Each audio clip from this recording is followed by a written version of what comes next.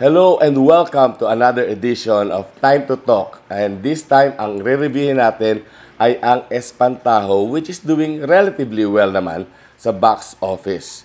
Pero bago natin pag-usapan ang Espantajo, I invite you to please like, share, and subscribe to PH Time. Kaya ito na ang ating review.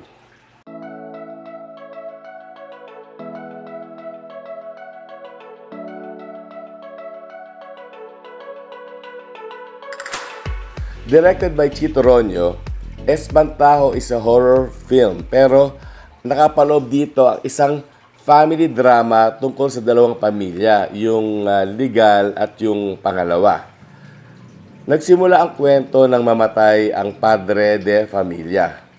Hanggang sa kanyang pagkamatay ay di siya iniwan ng kanyang love child na si Monet as played by Judy Ann Santos. Nakaalalay naman kay Monet ang ina nito si Rosa na ginagampanan ni Lorna Tolentino. Si Monet ay, nakikiapid sa isang may asawa, si Jack, played by JC Santos. Nang magsimula na ang padasal ay biglang dumating ang tunay na pamilya, ang inang si Chando Romero at ang kanyang mga anak na si Namon Confiado at si Janice de Belen. Bilang legal na asawa, ay gusto na ipagbili ni Chanda ang mga ari-arian ng pamilya. Kaya nga problemado si Monet or Judy Ann. Pero ang mas malaking problema ay ang sunod-sunod na pagkawala ng mga tao na nasa loob ng ancestral house. Pinapakita ang kanilang disappearance sa iba't ibang paraan. May inaatake ng linta, mayroong nilalabasan ng uod sa katawan. Pagkatapos nun ay kinukuha na sila ng Espantajo o yung scarecrow. Kung wala ang mga horror moments ay tatayo pa din ang Espantajo dahil maganda ang mga dramatic scenes dito. Magaling kasi yung pagkakalahad ng family drama between the legal wife and the second family. Pero nag-work din ang mga horror moments ng pelikula. Visual ang ginamit na teknik at hindi atmosfera. Actually, kalat-kalat yung scare tactics dito sa pelikula. Yung mga multo, hindi man lang sila nag-organize for a better way na manakot sa mga tao sa pelikula. Wala silang choreography. Talagang, dapat siguro nag-usap-usap muna sila, no? Para maging effective sila na maging katatakutan. Pero hindi yun ang nangyari. Ang resulta, yung after the first scene na horror, kung saan nagpakita o nagmulto yung padre de familia, parang hindi na nag-work yung iba. Well, meron ding pinakitang scene na merong kambal na bata, pero bago ka matakot, iisipin mo muna, saan ko na nga ba napanood yun? Doon sa Shining ni Jack Nicholson. Pero pagkatapos doon, wala na yung takot mo. Kasi parang mag-iisip ka muna kung saan nanggaling yung concept na yon. Pero hindi pa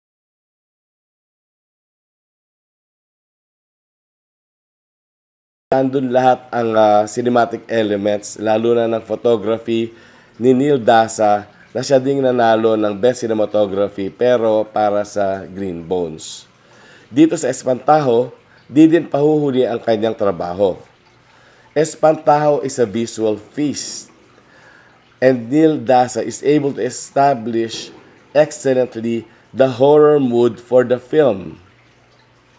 Well, may katsipan nga lang yung mga eksena na may mga uwak o crow na umaadi-aligid at nagliliparan sa paligid ng ancestral house.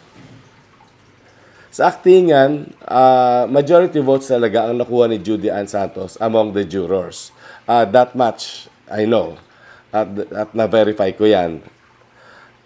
Deserving naman siya, although I think na mas nag-effort pa din si Aisel Santos para sa Isang Himala. At kapag pinanood yung Espantajo, malalaman nyo kung bakit hindi na iuwi ni Chanda Romero ang Best Supporting Actress Trophy.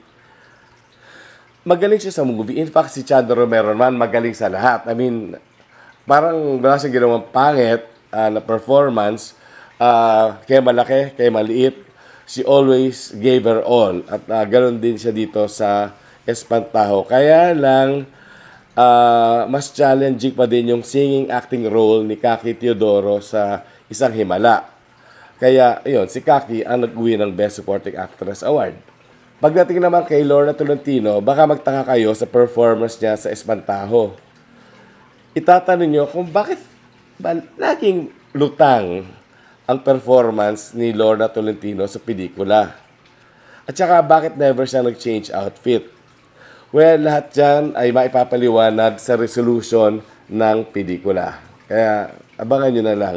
Huwag nyo muna siya i-judge. In fact, doon nyo talaga makikita ang husay ni Lorna Tolentino bilang actress. Actually, maganda ang kwento ng Espantajo na sinulat ni Chris Martinez. Kaya lang may mga butas. Yung mga nawawala, hinanap sa umpisa, pero nung di na makita muli, parang move on na lang sila. Parang gano'n na ba kadali yun? I mean, anak mo nawala pagkatapos, yun, okay lang. Move on lang. At si Lorna Tolentino na may access sa mga kababalaghan ay ang nagtataka naman ako bakit hindi pa niya paniliwanag ito sa kanyang anak na si Judy Ann Santos.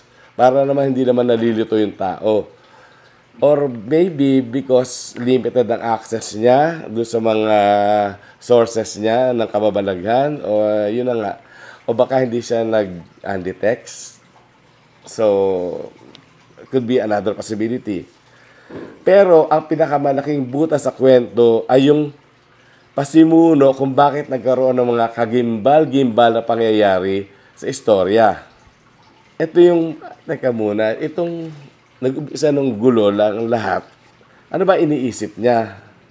Well, money is the root of all evil and greed plays a huge factor kung bakit nagkaroon ng mysterious disappearances dito sa pelikula. Gusto ng author ng kababalaghan o yung pasimuno at gusto niya talagang makamkam ang mga ari-arian na pamilya. Ang pinagtataka ko lang, bakit ang pinag-uusapan ba natin dito ay Ayala Land o mga mansion sa Forbes Park? Parang it's not worth the effort na para gawin niya yun. Yung to go through all that effort, namatay yung mga tao, nawala, nagulo ang buhay ng mga pamilya. And for what? An ancestral house and hectares of properties sa probinsya. Parang hindi siya realistic. But aside from the loopholes, ako okay lang sa akin ulitin ang panonood ng Espantajo dahil very engaging naman talaga ito.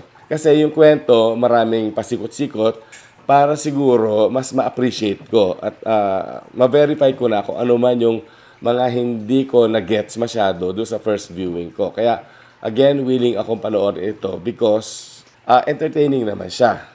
Well, nakakatakot bang Espantajo? Ang totoo, mas maganda ang mga dramatic moments. Pero okay na din ang pelikula. Kaya ang ibibigay nating rating dito on a scale of 1 to 5, 4 stars.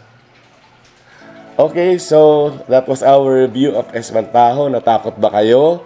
O mas nadala doon sa mga drama ng aktingan ng mga mahuhusay ng mga actors? Dahil talaga naman, they put together some of the best performances talaga sa pelikulang Pilipino. I mean, you have Judy Ann Santos, you have Lorna Tolentino, Janice de Belen, Chanda Romero.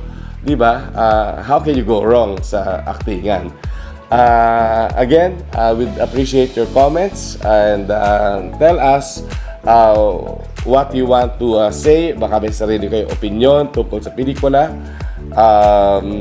We welcome all the feedback. Until the next episode of Time to Talk.